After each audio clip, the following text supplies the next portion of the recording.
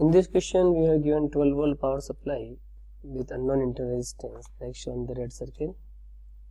We connect to EMF and 1 ohm internal resistance like this red circle. We connect to a light of 3 ohm and carrying 2 ampere current like this red circle. And what we get, there is a current of 1 ampere through rundown battery which is shown in the diagram, this middle one. Yes. What is the current through power supply? That is 12 volt. However, students, it is visible to all of you. We can directly use the KCL, Kirchhoff current law. At junction A, here the current is 2 ampere. Here the current is 1 ampere. Then outgoing current should be 3 ampere, 2 plus 1. Is it clear? Current through power supply is 3 ampere. What is internal resistance? Again, here I can use KVL. So we use a KVL for this complete path. Suppose you start from this A point, you say this is 12, then this is minus IR, then you will say minus 3 into 2 should be 0, and I itself is 3 ampere that we have discussed. Just a minute please. This is 3 ampere we have calculated. Now you can calculate the value of R like this. What is EMF E in middle branch? You can again make the KVL equation either by the loop 2 or either by the loop 3. I will suggest you to solve this KVL equation for both the loop, firstly from loop 2, then loop 3, and check the answers, both the answers are same or not. Firstly from loop 2, then we will discuss with loop 3, answer is minus 5 volt. But I want to say you minus 5 volt means negative. Negative means battery should be flipped. And if I flip this battery, suppose this battery is like this. This is negative and this is positive. This is the direction of flow of current. It means this battery is situation of charging because in the positive current is entering. That's why EMF is negative. Okay. So, what is the power delivered by the 12 volt power supply and by the battery being recharged? Firstly, from the 12 volt power supply, what is the power delivered? You calculate. Power is given by EI. It is given by 12 volt supply. But some power is lost in the internal resistance, that is I square. So net is the, you can say this is P1, this is P2. Net power delivered is given by P1 minus P2. Okay. Like this. EMF into current. Then power dissipated is I square R. And finally we say that is 18 volt. Is it clear? No. Power being recharged. Simply again you will use the formula P equal to EI. E you have calculated. I is given you 1 ampere like this, minus 5 volt. Okay. Negative means power is not provided, power is being stored for charging situation. What is power dissipated in each resistance? Now you will use the formula I square R like this. Okay. So finally what we say, total power given by the supply is 36 watt. Some power is used in the internal resistance here. Some power is used in the charging of this battery. Some power is used in this internal resistance and some power is used by the bulb. But total if you add this 18, 5, 1, 12, again you will get 36 watt. Conservation of energy. Now, please solve yourself by using the KCL and KVL both. Here I will suggest you pause the video and after solving you listen me. Okay. So here I will not explain you. There are simple steps which I have drawn in the slides. You go through each and every slide. You just remember KCL and KVL. Firstly we use the KCL. Different node.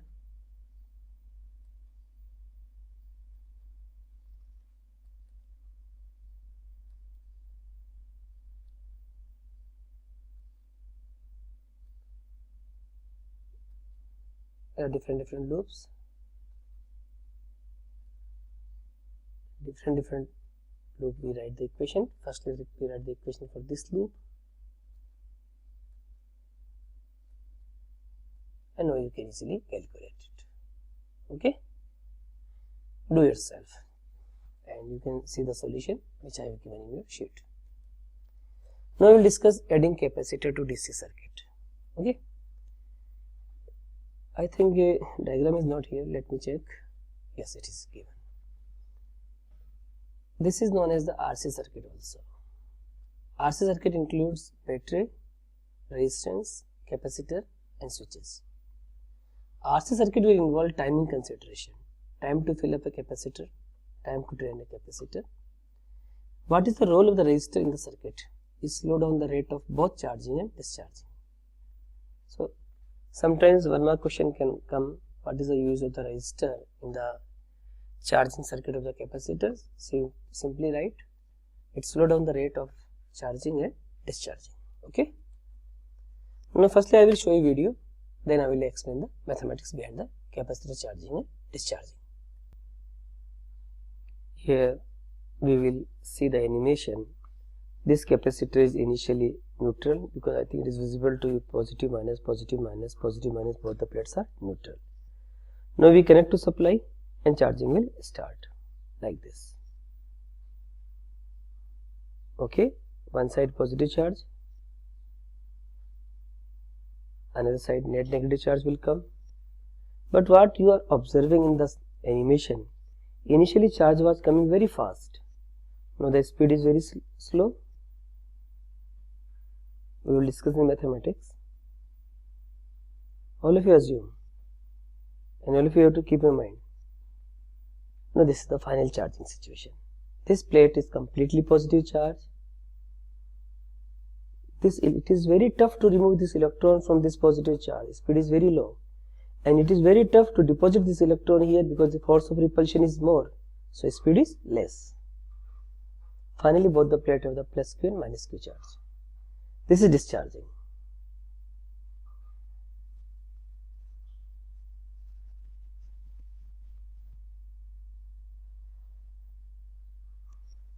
Okay, again you see the animation in the current. You see the rate of flow. Initial rate of flow was very fast. Now rate of flow is less. Current is decreasing. So this is the charging of capacitor.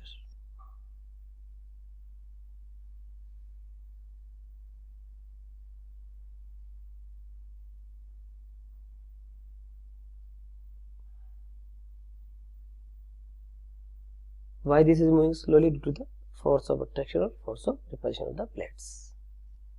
Okay. Now I will discuss the discharging also with the animation. This is the discharging. Capacitor is connected to any resistance. All of you are observing. The charge is moving, and we know rate of flow of charge constitute currents. Now I think it is visible to you. Now the charge flow is very slow. It is visible to you.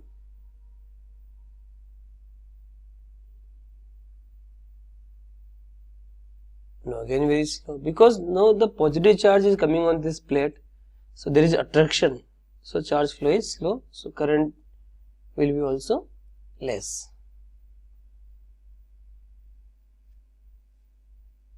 Because rate of flow charge constitute current.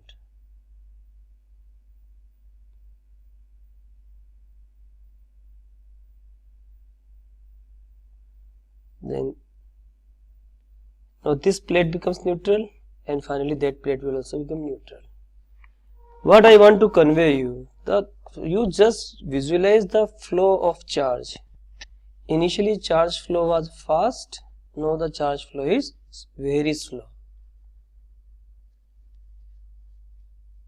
In this way we get the exponential graph between charge and time. Similarly we will plot the graph between current and time also.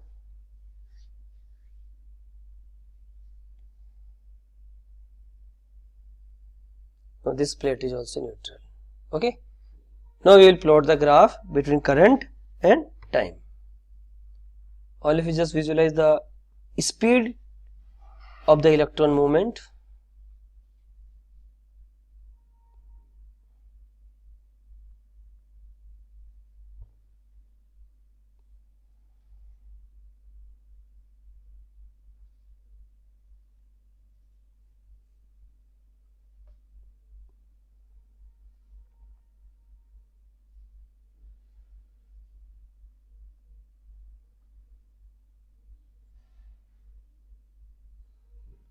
Again I am telling you, please keep your mind at the time of the charging, at the time of the discharging, how fast the electron move, how the electron speed vary from time to time, and finally this electron will move very slowly.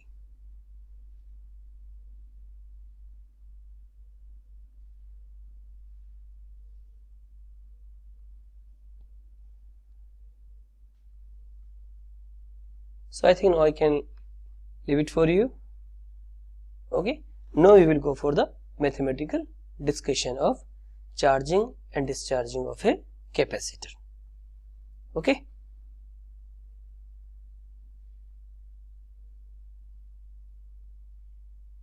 So finally this plate and that plate, both the plates are neutral. Okay. So here I have two circuits. In the very first circuit, capacitor is connected to the supply, but there is no resistance.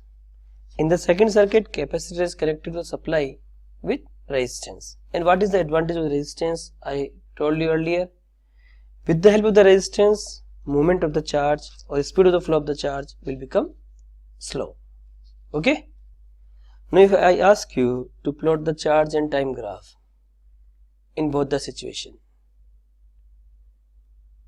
Suppose I ask you to plot the charge and time graph for both the situation. In this branch there is no resistance, so movement will be fast. So I say I plug the key at time t equal to 0, it means before that charge is 0, like this. Here also before t equal to 0 charge is 0. Let me use different color. At t equal to 0 this is charge 0, here also charge is 0. Okay, and here no resistance, so charge will rapidly increase. You will say in very short time charge become constant.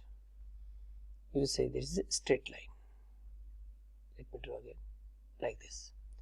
This is the steady state and this is the transient period. You will say delta t, very small time. This is the transient period in which the steady state will come, because now charge completely charged, no current will flow. Now if I put the resistance in the circuit, now after time t equal to 0 it will take some time to become saturation, like this. This is the transient period. So if you use the resistance in the circuit, transient period can be increased. If you increase the resistance, then it will take more time to reach the saturation or steady state. So I hope it is clear to you what is transient period. Okay. So in figure A we assume no resistance is connected. Up to t equal to 0 charge in the capacitor is 0. When switch is closed, in negligible time transient period tends to 0, charge on the capacitor become Cv, and when capacitor is fully charged, no charge flow, current in the circuit becomes 0, and we say it is steady state of capacitor. Similarly, when we use the resistance, I have discussed with you, you can visualize yourself. Now, what will happen for the transient period if I increase the resistance? All of you know, charging will decrease. Now it will take longer time. Okay, here R dash is greater than